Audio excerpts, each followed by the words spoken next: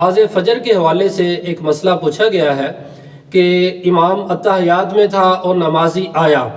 تو اب اس کے لیے کیا شرعی حکم ہے کہ وہ پہلے سنتیں پڑھے یا امام کے ساتھ جماعت میں شامل ہو جائے۔ تو اس بارے میں شرعی حکم یہ ہوتا ہے کہ اگر تو نمازی یہ جانتا ہو کہ میں سنتیں پڑھوں گا، اس کو گمان ہے سنتیں پڑھ کر میں جماعت میں شامل ہو جاؤں گا، پھر تو اس کے لیے یہی حکم ہے کہ پہلے سنتیں پڑھ لے ایک سائیڈ پہ ہو کر، پھر جماعت میں شامل ہو جائے۔ لیکن اگر نمازی یہ جانتا ہے کہ میں سنتیں پڑھوں گا اور جماعت نکل جائے گی،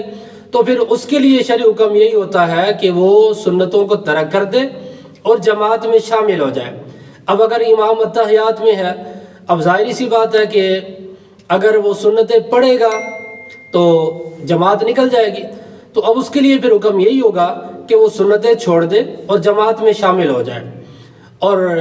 نماز پڑھنے کے بعد جب طلوع آفتاب ہو جائے، طلوع آفتاب کے کم از کم 20 منٹ بعد وہ سنتوں کی ادائیگی کر لے، یعنی سنتیں پڑھ لے۔